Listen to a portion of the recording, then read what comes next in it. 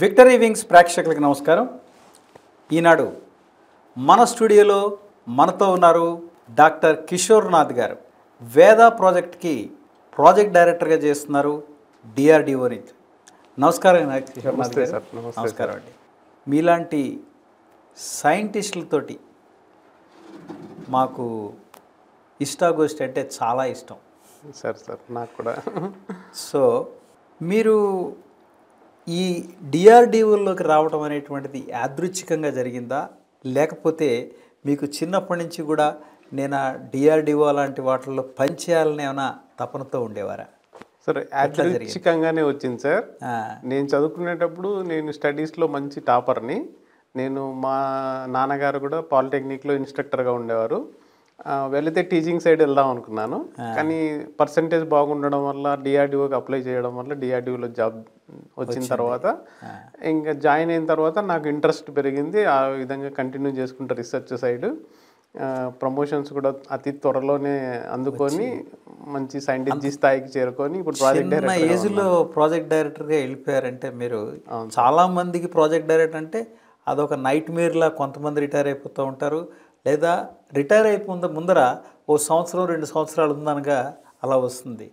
మీరు ఇంత యంగ్ స్నేహితులో మీరు ప్రాజెక్ట్ డైరెక్టర్ అవ్వటం, డిఆర్డిఎల్లో మీరు చేస్తున్నటువంటి కృషికి వాళ్ళు అభినందించి ఐ థింక్ ప్రమోషన్ల మీద ప్రమోషన్లు ఇవ్వడం జరిగి ఉండొచ్చు. మా ప్రేక్షకులకి ఒక సామాన్యమైనటువంటి వ్యక్తికి అసలు ఈ డిఆర్డిఓ అనేటువంటిది ఏం చేస్తుంది? మీరేవో చాలా మిసైల్స్ తయారు చేస్తారని అంటారు. ఈ మిసైల్స్ వల్ల ఉపయోగం ఏంటి మీ భాషలో కొద్దిగా?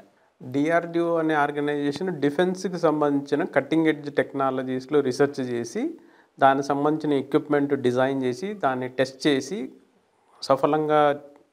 సఫలీకృతమైన తర్వాత దాన్ని ప్రొడక్షన్ ఆర్గనైజేషన్కి ఇచ్చేసి నంబర్స్ తయారు చేసి మన ఆర్మీ, నేవీ, ఎయిర్ ఫోర్స్ లాంటి సంస్థలకి అందిస్తారు. సో దీంట్లో డిఆర్డిఓ హైదరాబాద్లో మేమంతా ఎక్కువగా మిసైల్స్కి సంబంధించిన రీసెర్చ్ చేస్తాం. మిసైల్స్లో రకరకాలు ఉంటాయి. సర్ఫేస్ టు సర్ఫేస్ మిసైల్ అని, సర్ఫేస్ టు ఎయిర్ మిసైల్ అని, ఎయిర్ టు ఎయిర్ మిసైల్ అని, హైపర్సానిక్ గ్లైడ్ వెహికల్స్ అని, ఇలా long range missiles, anti tank missiles అని, ఇలాంటి రకరకాల మిసైల్స్ ఉంటాయి. సో మిసైల్స్ ఎందుకు అంటే మనం దూరంగా ఉన్న దేశంపైకి కానీ లేదంటే మనుషులపైకి కానీ మన అస్త్రం పంపించాలంటే అక్యురేట్గా సో మిసైల్స్ని వాడతాం. దాంట్లో గైడెడ్ మిసైల్స్ అంటే దాంట్లో మనకు ఏ దిశలో కావాలంటే ఆ దిశలోకి మనం మిసైల్స్ని పంపించడానికి అవకాశం ఉంటుంది. దాంట్లో కంప్యూటర్ ఉంటుంది, నావిగేషన్ వ్యవస్థ ఉంటుంది. దానివల్ల యాక్యురేట్గా మనము శత్రువుల యొక్క స్థావరాలను కానీ ధ్వంసం చేయడానికి ఈజీగా ఉంటుంది. సో మోస్ట్గా మిసైల్స్ అనేవి యుద్ధానికి సంబంధించే ఉంటాయంటారా, లేకపోతే వేరే ఇంకా విధంగా ఏమైనా కూడా పనికొస్తూ ఉంటాయి? ఈ లాంగ్ రేంజ్ మిసైల్స్ వేరే విధంగా కూడా వాడుకోవచ్చు. వాటిని శాటిలైట్ లాంచ్ వెహికల్గా కూడా వాడుకోవచ్చు. షార్ట్ రేంజ్ మిసైల్స్ మాత్రం మనం యుద్ధంలోనే యూజ్ చేయొచ్చు. దాంట్లో మనం యుద్ధ విమానాలని నాశనం చేయడానికి కానీ, యుద్ధ నౌకలని నాశనం చేయడానికి కానీ, ట్యాంకులని నాశనం చేయడానికి కానీ మనం వాడుకోవచ్చు. అవునండి, మీరు చెప్పారు శామ్ అంటే I think surface to air missile అని, అదే ఎల్ఆర్ శామ్ అంటే లాంగ్ రేంజ్, ఎస్ఆర్ శామ్ అంటే షార్ట్ రేంజ్ అని, ఇట్లా ఏమన్నా ఉండొచ్చు అనుకుంటున్నాను. కరెక్టే కదా? కరెక్టే సార్. Very good. సో ఇట్లా మిసైల్ అనగానే ఇంతకుముందు పూర్వకాలంలో అయితే ఒక చాలా పెద్ద పొడుగ్గా, చాలా బరువుగా, చాలా దూరం వెళ్ళేటువంటిదిగా ఉండేదని నేను విన్నాను. ఇప్పుడేంటో మిసైల్స్ అంటే భుజం మీద పెట్టుకుని కూడా వెళ్ళిపోవచ్చు, యాంటీ గైడెడ్ మిసైల్ అని ఇట్లా అంటున్నారు. మిసైల్ అంత చిన్నగా కూడా ఎట్లా చేస్తారండి? మొన్న ఏదో విన్నాను నేను, విషరాడ్ అనేటువంటి మిసైల్ అయితే స్మాలెస్ట్ మిసైల్ అని చెప్పేసి, మరి అది ఎలా పనిచేస్తుంది? మిసైల్స్లో రకరకాలు ఉంటాయి. మనము ఈవెన్ 1 కిలోమీటర్ 2 కిలోమీటర్ రేంజ్లో కూడా మనం వాడుకోవచ్చు. అంటే సోల్జరు గన్ను వాడుతుంటాడు. గన్ను కన్నా యాక్యురేట్గా మిసైల్స్ని వాడితే ఇంకా యాక్యురేట్గా మనం షూట్ చేయొచ్చు ఎనిమిని. సో మ్యాన్ పోర్టబుల్ మిసైల్స్ అంటారు, షోల్డర్ ఫార్వర్డ్ మిసైల్స్. ఇవన్నీ కూడా మనం యాక్చువల్గా చిన్న మిసైల్స్ చేయడం చాలా కష్టం. దాంట్లో మనకు వాల్యూమ్ తక్కువ, బరువు తక్కువ ఉంటుంది. అన్ని అమర్చాలి, చిన్న గొట్టంలో అన్ని అమర్చాలి. సో అది ఒక చాలా టెక్నాలజీ ఎక్కువగా ఉండాల్సినటువంటి ఇదే. సో దాంట్లో ప్లస్ మ్యాన్ మన షోల్డర్ నుంచి ప్రయోగిస్తున్నాడు కాబట్టి దాంట్లో యాక్యురసీ రిలయబిలిటీ కూడా ఎక్కువ ఉండాలి. లేదంటే ఇక్కడే పేలింది అనుకోండి మన జవాన్ చనిపోతాడు.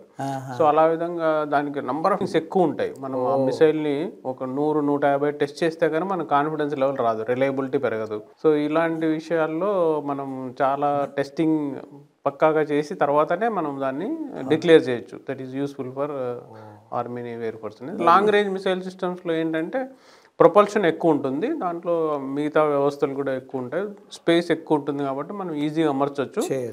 ఏమంటే అవి ఎక్కువ టెస్ట్ చేయడానికి కాస్ట్ ఎక్కువ కాబట్టి ఒకటో రెండో మూడో టెస్ట్ చేయాలి కాబట్టి అంత లోపలే మనం అన్ని గ్రౌండ్లోనే రకరకాల టెస్టులు తయారు చేసుకుని ఫ్లైట్ టెస్ట్కి వెళ్ళాల్సి ఉంటుంది.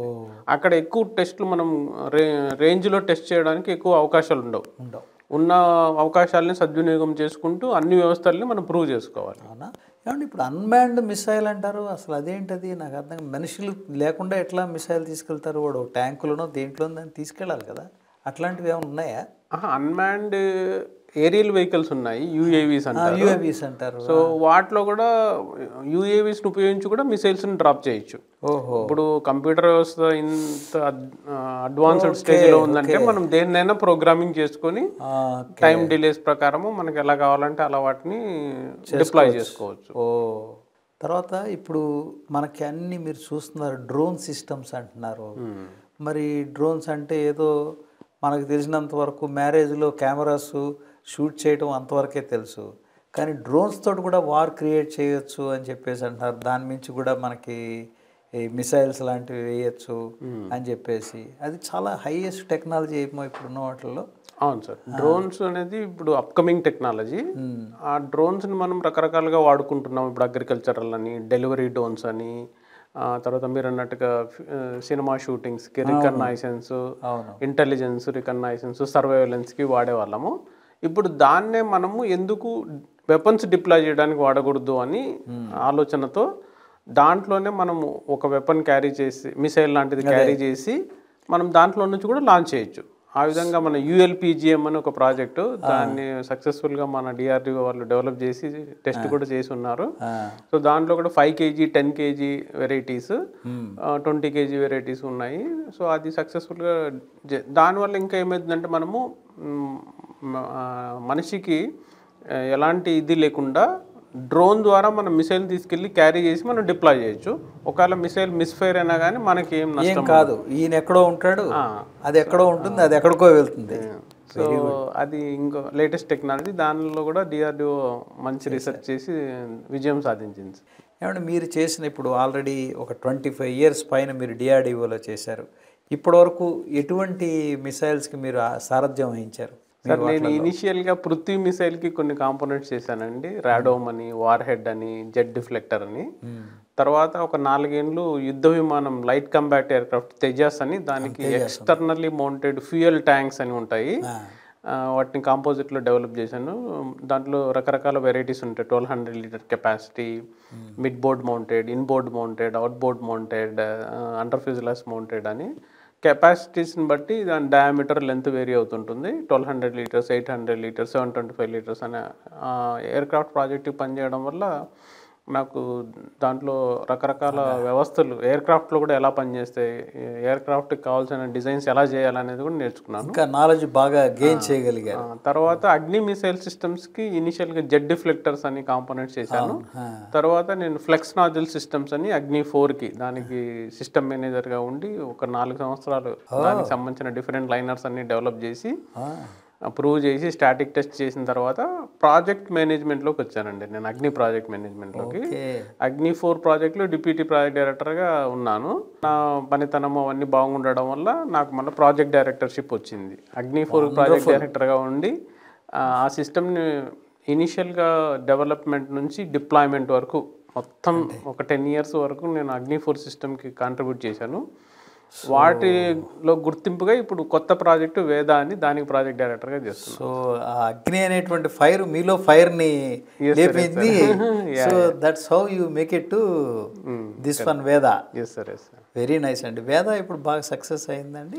సార్ వేద అనేది new generation system for putting satellites into orbit, defence satellites into orbit. ఇది డిఆర్డిఓ చేస్తున్న అతిపెద్ద రాకెట్ సిస్టము. దీంట్లో 4 వ్యవస్థలు ఉంటాయి, స్టేజ్ 1, స్టేజ్ 2, స్టేజ్ 3, స్టేజ్ 4 అని.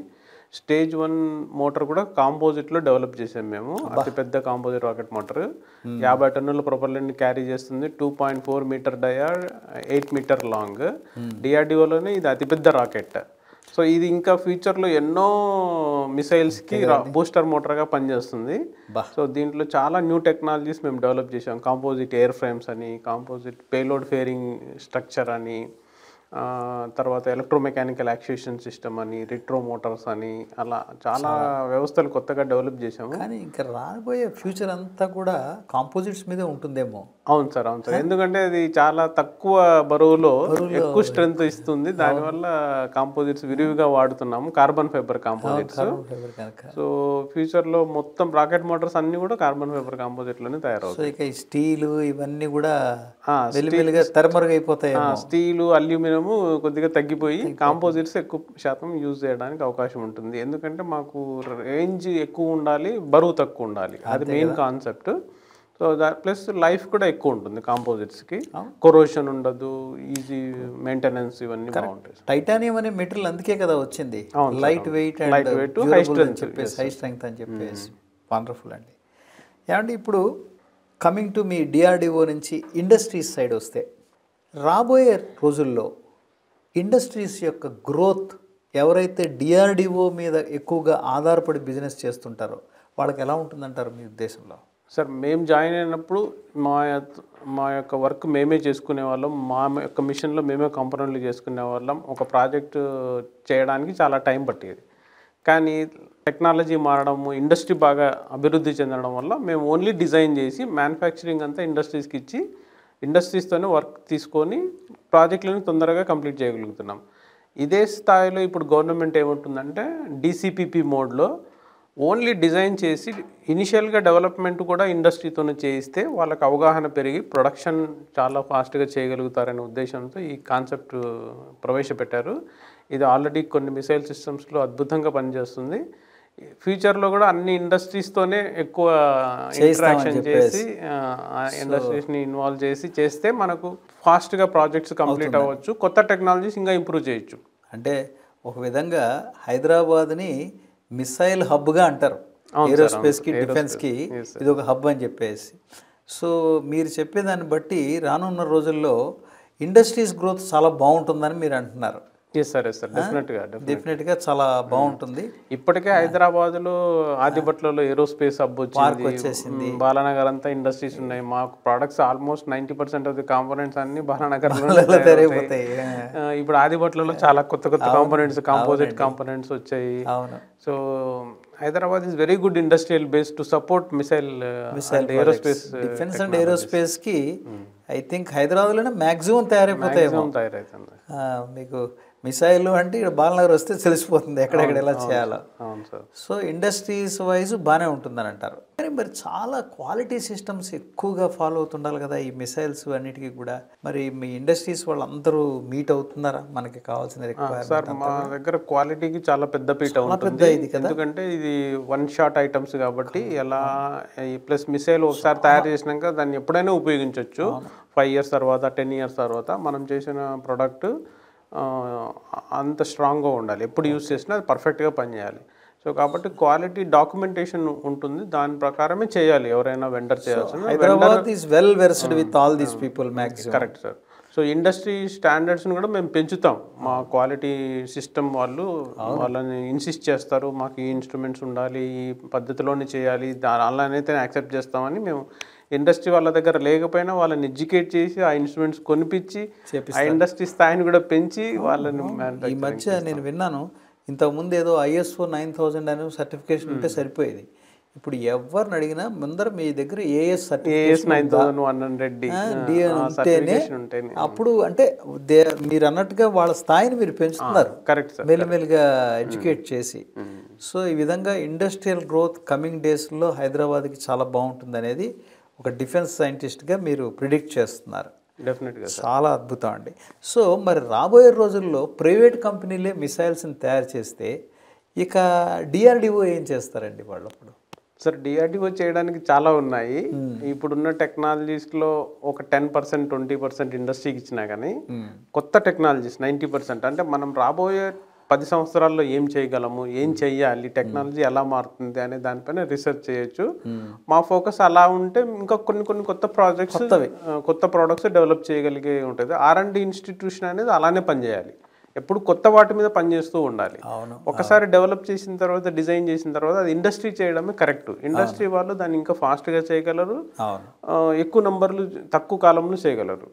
సో గవర్నమెంట్ కూడా అదే పద్ధతిలో ఎంకరేజ్ చేస్తుంది. చేయడానికి చాలా ఉన్నాయండి ఇండస్ట్రీ.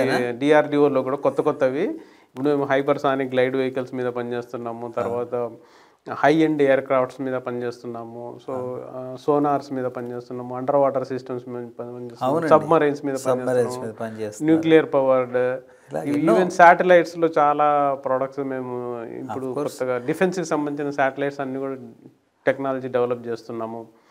ఎలక్ట్రిక్ ప్రొపల్షన్ అని, ప్లాస్మా ప్రొపల్షన్ అని, న్యూక్లియర్ ప్రొపల్షన్ అని, ఇలా కొత్త చాలా ఉంటాయి టెక్నాలజీ. ఇప్పుడు మన ప్రైమ్ మినిస్టర్ గారు మోడీ గారి యొక్క ముఖ్య ఉద్దేశం కూడా ఇదే. ఎట్లా అయినా సరే ఇండియాని సెల్ఫ్ సస్టైన్ కంట్రీగా చేయాలనేటువంటిది ఆయన విజన్ కూడా. డిఫెన్స్లో ఇంతకుముందు ఎక్కువగా ఇంపోర్ట్ చేసుకునే వాళ్ళం మనం, అది ఆల్మోస్ట్ తగ్గించేసి మనం ఇండిజినస్గా డెవలప్ చేసుకుని మనకు కావాల్సిన యుద్ధ సామాగ్రి అంతా తర్వాత ఎక్స్పోర్ట్ చేయగలిగే కేపబిలిటీని కూడా డెవలప్ చేసాము. ఈ రీసెంట్గా బ్రహ్మోస్ని ఎక్స్పోర్ట్ చేస్తున్నాము, ఆకాష్ని ఎక్స్పోర్ట్ చేస్తున్నాము. ఫ్యూచర్లో LCA చాలా కంట్రీస్ అడుగుతున్నాయి, కానీ మనకి ఇంకా దాన్ని ప్రొడక్షన్ చేసేంత కెపబిలిటీస్ తక్కువ ఉన్నాయి. కాబట్టి HAL ప్రస్తుతం ఇండియన్ ఎయిర్ ఫోర్స్కి మాత్రమే డెలివరీ చేస్తుంది. వాళ్ళు ప్రొడక్షన్ కెపాసిటీ పెంచగలిగితే we can export to even advanced country like US also. Why US is asking? It is a cheaper and much reliable and accurate. For training their pilots, this is the best instrument. That's what came in the news. LCA, sir. Tejas. Aircraft. Tejas is another hit and actually. Sukhoi అనేది ఎందుకు అయిపోయింది sir? Actually Sukhoi Russian design మనం HAL నాసిక్లో production చేసాం. దాన్ని sufficient numbers మనం already చేసి ఉన్నాం contract ప్రకారము, అందుకే ఆగిపోయింది. ఇప్పుడు మన డిఆర్డిఓలోనే ఆమ్కా అని ఒక కొత్త ప్రాజెక్ట్, Sukhoi కొన్న కేపబిలిటీస్ అన్ని దాంట్లో ఉండే. ఆ ప్రాజెక్ట్ శాంక్షన్ అయింది, దానికి వర్క్ చేస్తున్నారు సార్. అది ఇంకా ఒక 5-6 ఇయర్స్లో ఫస్ట్ టెస్ట్ ఫ్లైట్ ఉండొచ్చు. మరి ఇప్పుడు మీ పిల్లలు ఏం చేస్తున్నారు యాక్చువల్గా ఈ డిఫెన్స్ దాంట్లోకి తీసుకురావడానికి? మళ్ళీ ఇంజనీర్లు చేయించి మళ్ళీ వాళ్ళని కూడా ఇటు సైడ్ ఏమైనా చేద్దాం అనుకుంటున్నారా? లేదు సార్, నా ఇంట్రెస్ట్ వేరు, మా పిల్లల ఇంట్రెస్ట్ వేరు. మా పెద్ద అమ్మాయి MBBS చదివింది, ఆ అమ్మాయి ఇప్పుడు MDకి ప్రిపేర్ అవుతుంది. రెండో అమ్మాయి IIT చెన్నైలో కంప్యూటర్ సైన్స్ చదివింది, సో అమ్మాయి సాఫ్ట్వేర్ సైడ్ పనిచేస్తుంది. అబ్బాయి ఇప్పుడు IIT కాన్పూర్లో ఎలక్ట్రికల్ ఇంజనీరింగ్ చదువుతున్నాడు. సో ఎవరిని కూడా మీరు ఇటు సైడ్ కాన్సన్ట్రేట్ చేసేలా చేయలేదు. మేబీ ఎలక్ట్రానిక్స్ ఎలక్ట్రికల్ అయిన తర్వాత కూడా రావచ్చేమో, అది వేరే విషయం. బట్ యాజ్ ఇట్ ఈస్గా ఆ ఉద్దేశాలు ఏం లేవు. అవును సార్. పిల్లలిద్దరిని డాక్టర్ చదివించారండి. ఒక అమ్మాయి డాక్టర్, ఒక అమ్మాయి IIT కంప్యూటర్ సైన్స్ బీటెక్, అబ్బాయి IIT ఎలక్ట్రికల్ ఇంజనీర్. ఏమండి మీకు ఒక సైంటిస్టు, ఎడ్యుకేషనిస్టు, ఇది కాకుండా నేను చాలాసార్లు విన్నాను, అనేక అవార్డులు రివార్డులు మీరు చాలా పొందారు. నేను ఒకసారి ఎప్పుడో మీ రూమ్ వస్తే ఆ రూమ్ ఫుల్ ఆఫ్ అవార్డ్సే ఉన్నాయి చాలా మటుకు. ఎట్లా, ఏ వాటిల్లో మీకు ఇష్టం యాక్చువల్గా? దేనికోసం అన్ని అవార్డ్స్ వచ్చినాయి ఈ ప్లేస్లో? సార్ నా అభిప్రాయం ఏంటంటే ఫలితం ఆశించకుండా పనిచేస్తూ పోవడమే. సో ఆ విధంగా నేను పని చేసుకుంటూ వెళ్ళాను. సో అవార్డ్స్ రికగ్నిషన్స్ అనేవి అడగకుండానే అవి వస్తూ ఉన్నాయి. సో నాకు ఇంకొకటి ఏంటంటే విద్యా సంస్థలతో ఎవరైనా అడిగితే వాళ్ళ దగ్గరికి వెళ్ళి చెప్పడము, గెస్ట్ లెక్చర్స్ ఇవన్నీ ఇవ్వడం నాకు అలవాటు. నా దగ్గర PhD స్టూడెంట్స్ కూడా 10 మంది వరకు రీసెర్చ్ చేస్తున్నారు. Plus BTech projects, MTech projects encourage చేశాను.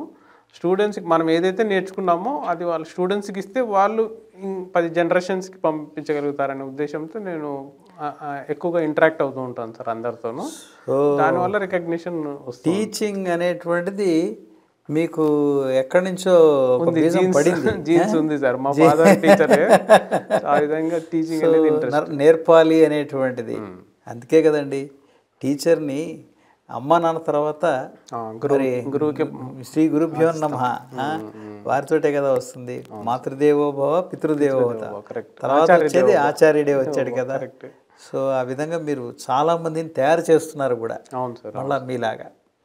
ఇక హ్యూమన్ లైఫ్కి వస్తే ఎట్లా ఉంది సార్ మనకి? మీరు ఎవరెవరు ఉంటారు మీతో? మీ మేడం గారు మరి ఆవిడ ఉద్యోగంలో ఇప్పుడు కూడా చేస్తున్నారా? ఆవిడ ఇప్పుడు చేయట్లేదా? రీసెంట్గా కోవిడ్ తర్వాత మానేశారు సార్. ఓహో, పిల్లలకి సపోర్ట్గా ఉంటూ. ఓకే. ఆమె కూడా నాతో పాటు ఈ 20 సంవత్సరాలు పనిచేసింది వివిధ సంస్థల్లో. కంప్యూటర్ మెయింటెనెన్స్ కార్పొరేషన్లో, జనరల్ ఎలక్ట్రిక్లో, తర్వాత సిన్ఫోసిస్ అనే కంపెనీలో. So she is a good life partner for me. Fantastic. Never question. ఎందుకు ఇద్దరు ఉద్యోగం అయితే వాళ్ళకి తెలుస్తుంది కదా.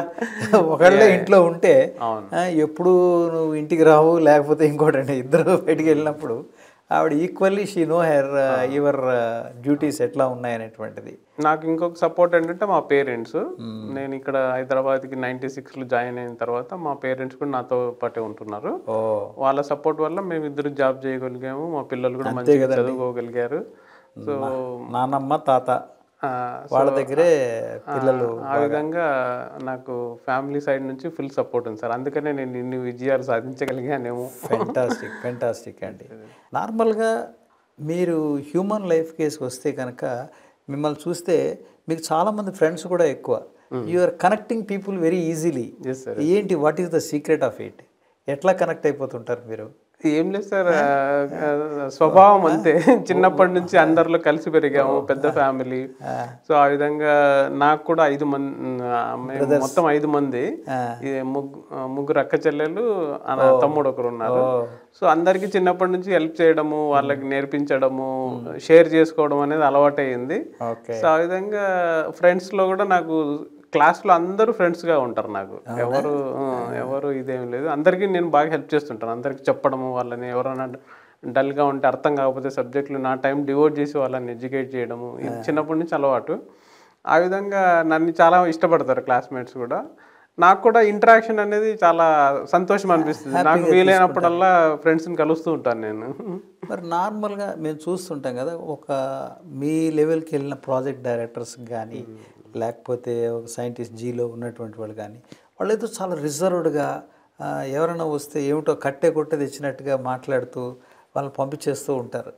బట్ మీలో మేము చూస్తాం కదా, you are so friendly and so calling to him every one whatever the best you can do అనేటువంటిది. అంటే ఇది మీకు బహుశా చిన్నతనం నుంచి అట్లా అలవాటు అయిపోయి ఉండొచ్చేమో. అవును సార్. లేకపోతే అట్లా ఉండరు. నేను చూస్తాను కదా చాలామంది సైంటిస్ట్ అనగానే వాళ్ళు ఏదో బిగుసిపోతారు, బాగా స్టిఫ్గా అయిపోయి ఉంటారు. మనం మాట్లాడితే వాళ్ళతో ఏమవుతుందో, లేకపోతే రేపు పొద్దు నుంచి వాళ్ళు వచ్చి ఆర్డర్లు అడుగుతారేమో.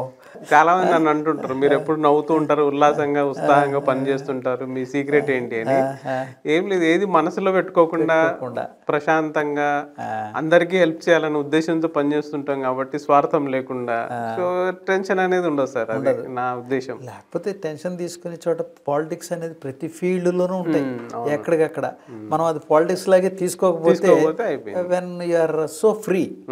ఇప్పుడు మీరు మీ సర్వీస్లో ఎన్నో రకాల ఆఫీసర్స్ని చూసుంటారు, కొలీగ్స్ని చూసుంటారు, కస్టమర్స్ని చూసుంటారు, అనేక రకాలైనటువంటి కాంట్రాక్ట్స్ వచ్చి ఉంటాయి మీకు.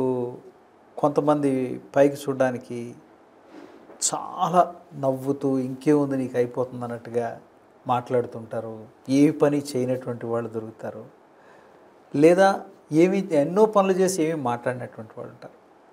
The best of the best మీరు ఎప్పుడు ఆ విధంగా ఫీల్ అయ్యారు? మీరు చేసిన ప్రతి వాళ్ళకి ఎవరో ఒకటి సహాయం అయితే భగవంతుడి సహాయమైనా ఉంటుంది కనీసం, ఏది లేకపోతే. సో అలాంటి ఆనందించినటువంటి సమయం ఏదైనా మీ యొక్క క్యారియర్లో ఇప్పటివరకు చేసిన వాటిలో? నేను డిఆర్డిఓలో సిపిడిసి వింగ్లో జాయిన్ అయినప్పుడు నా boss doctor NS Reddy, Shivashankar Reddy గారు. ఆయన కెమిస్ట్రీ బ్యాక్గ్రౌండ్ ఆయన, కానీ నేను మెకానికల్ ఇంజనీర్ అయినా నేను ఫస్ట్లో సందేహపడ్డాను, సార్ నన్ను ఏం గైడ్ చేయగలరు, ఆయన కెమిస్ట్రీ బ్యాక్గ్రౌండ్ కదా అని. కానీ సార్ నాకు చాలా ఫ్రీడమ్ ఇచ్చారు. ఆ విధంగా నేను ఆయన దగ్గర బాగా నేర్చుకున్నాను, బాగా ఎదుగుదలకి నాకు చాలా సహాయపడ్డారు. సో మీరు అన్నట్టుగా రకరకాల మనుషులు ఉంటారు, మనకు పని చేసే వాళ్ళు ఉంటారు, పని ఎగ్గొట్టే వాళ్ళు ఉంటారు, దొంగలు ఉంటారు వెనకాల. కానీ మనం గుర్తించాలి ఎవరు మనకి ఏం చేస్తున్నారు ఏంటి అని, దాని కొంచెం జాగ్రత్త పడాలి. సో ఆ విధంగా నాకు పెద్దగా ఎవరు ఎనిమీస్ అంటూ లేరు, నేను అందరినీ ఫ్రెండ్లీగానే చూస్తూ ఉంటాను. ఎవరైతే ఇలా బ్యాక్ స్టాబింగ్ చేసే వాళ్ళు ఉంటారో వాళ్ళకి దూరంగా ఉండడానికి ప్రయత్నం చేస్తాను. సో నాకు నచ్చని వాళ్ళతో నేను ఎక్కువగా సంభాషిస్తాను, నచ్చిన వాళ్ళు చాలా మందే ఉంటారు. సో వాళ్ళతో ఎక్కువగా కాలం గడుపుతూ పాజిటివ్ ఎనర్జీని తీసుకొని ముందుకు వెళ్ళడానికి ట్రై చేస్తుంటాను సార్. ఇది ఒకటి అద్భుతం అండి. పాజిటివ్ ఎనర్జీని ఆస్వాదించడం అనేటువంటిది అది చాలా మంచి హ్యాబిట్ యాక్చువల్గా. ఎందుకంటే 100% 99% పాజిటివ్గా ఉన్నా 1% కనుక నెగిటివ్ ఎనర్జీ వస్తే ఆ 99ని కూడా లాగేస్తారు అంటారు.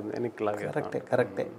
అలాగే మీరు చాలా వర్రీ అయిపోయింది ఇటువంటి సందర్భం ఏమైనా ఉందా? అయ్యో, సపోజ్ చూడండి, సైంటిస్టులకి ఏమవుతుందంటే ఏదో ఒక మిసైల్ సక్సెస్ కానప్పుడు, లేకపోతే వాళ్ళు అనుకున్నటువంటి పని కానప్పుడు, లేదా వాళ్ళకి అనుకున్న ప్రమోషన్ రానప్పుడు చాలా అప్సెట్ అయిపోతుంటారు. అలా అప్సెట్ అయినటువంటి రోజు ఎప్పుడైనా ఉందా మీకు? ఎయిర్క్రాఫ్ట్ ప్రాజెక్ట్ పనిచేస్తున్నప్పుడు ట్యాంక్ తయారు చేస్తున్నాము. అయితే అప్పుడు కలాం గారు విజిట్కి వస్తున్నారు, కలాం గారికి ట్యాంక్ చూపించాలి, దీన్ని రెడీ చేయండి అన్నారు. సో మాకు సమయం లేదు, చాలా తక్కువ సమయం ఉంది. ఆ తక్కువ సమయంలోనే దాన్ని రెడీ చేసినాము. మేము రాత్రి 12-1 గంట అయింది, ఇంకా రెడీ కాలేదు కాంపోనెంట్. అప్పటి వరకు కూడా మా టీం అంతా కలిసి దాన్ని పెయింట్ చేసి తెల్లవారుజామునికి అక్కడ హాల్లో తీసుకెళ్ళి పెట్టాం. అదొక మెమరబుల్ ఈవెంట్. దాన్ని చూసిన తర్వాత కలాం గారు చాలా సంతోషపడ్డారు. సో అలాగా చాలా సన్నివేశాలు ఉన్నాయి, కానీ ఇదొక సన్నివేశము. సో కానీ కలాం గారు అప్పుడు రిటైర్ అయిపోయారు కదా? లేదు, ఆయన మేము 99 ఆ ప్రాంతంలో ఆయన మా డీజీగా ఉన్నారు, డైరెక్టర్ జనరల్, డిఆర్డిఓ చీఫ్గా ఉన్నారు. అప్పుడు ఇక్కడికి వచ్చేవారు మిసైల్ కాంప్లెక్స్. కూడా కొంతకాలం పనిచేశారు కదా? అవునవును. అప్పుడు 3 సేమ్ ఉండేది, చైర్మన్ అన్నీ ఒకటే ఉండేది.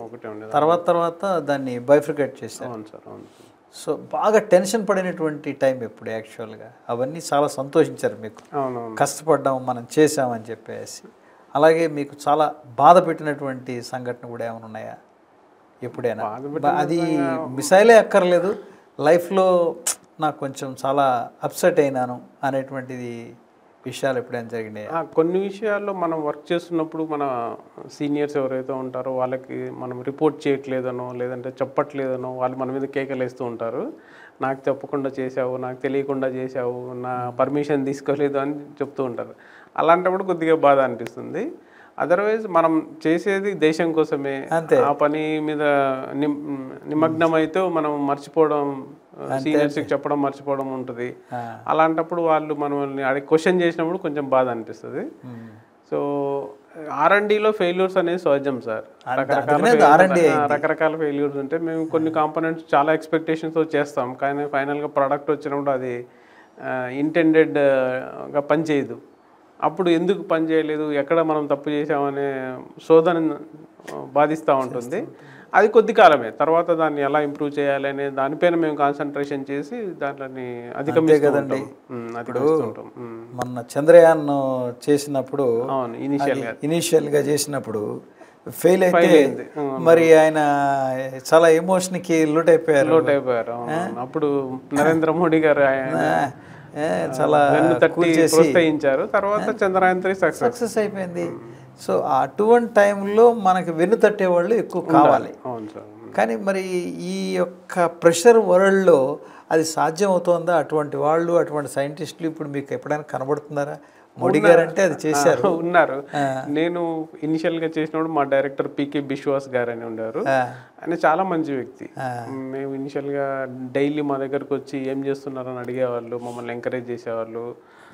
ఫెయిల్యూర్ అయినప్పుడు కూడా వచ్చి ఎందుకు ఫెయిల్ అయింది ఏంటి అని డిస్కస్ చేసి మమ్మల్ని ముందుకు నడిపించేవాళ్ళు.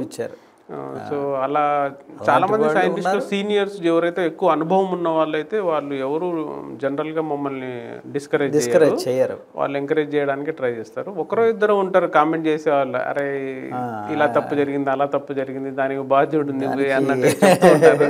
కానీ వాటిని ఒక పించ్ ఆఫ్ సాల్ట్తో మనం తీసుకొని ముందుకెళ్తూ ఉంటాం. వాళ్ళు కార్నర్ చేయాలనే వాళ్ళ ఉద్దేశంగా ఉంటుంది. సో అలాంటి వాళ్ళు కూడా వస్తూ ఉంటారు. చాలా సంతోషం అండి. మరి ఇన్ని అనుభవాలను మీరు సాధించారు. మీరు టీచింగ్ లైన్ అంటే మీకు చాలా ఇష్టం అని చెప్పారు. మీరు టీచర్గా లేకపోతే ఒక సైంటిస్ట్గా మీరు చెప్పదలుచుకున్నది ఏంటి? ఈ దేశానికి కానీ, లేకపోతే ఈ ప్రేక్షకులకు కానీ, లేకపోతే మీ స్టూడెంట్స్కి కానీ ఎలా ఉండాలని అనుకుంటున్నారు మీరు వాళ్ళని? నేను స్టూడెంట్స్కి ఇచ్చే అడ్వైజ్ ఏంటంటే చదువుకునేటప్పుడు చదువు మీద కాన్సన్ట్రేషన్ చేసి దాంట్లో మంచిగా పట్టు సాధించాలి సబ్జెక్ట్ పైన.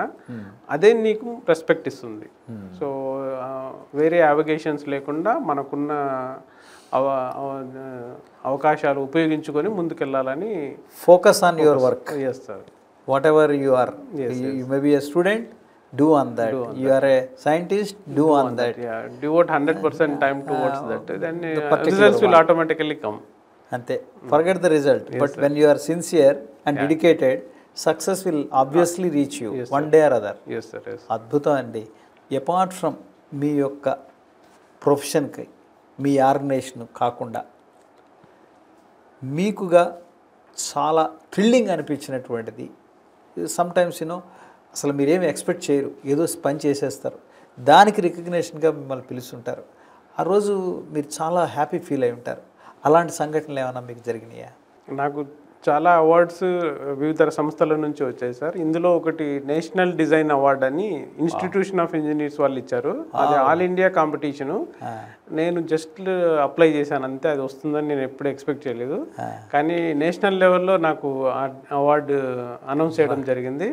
అవార్డు నేను తమిళసై సౌందరరాజన్ చేతుల మీదుగా ఇక్కడ హైటెక్ సిటీలో ఇండియన్ ఇంజనీరింగ్ కాంగ్రెస్లో తీసుకున్నాను సార్. అదొక సంతోషకరమైన విషయము.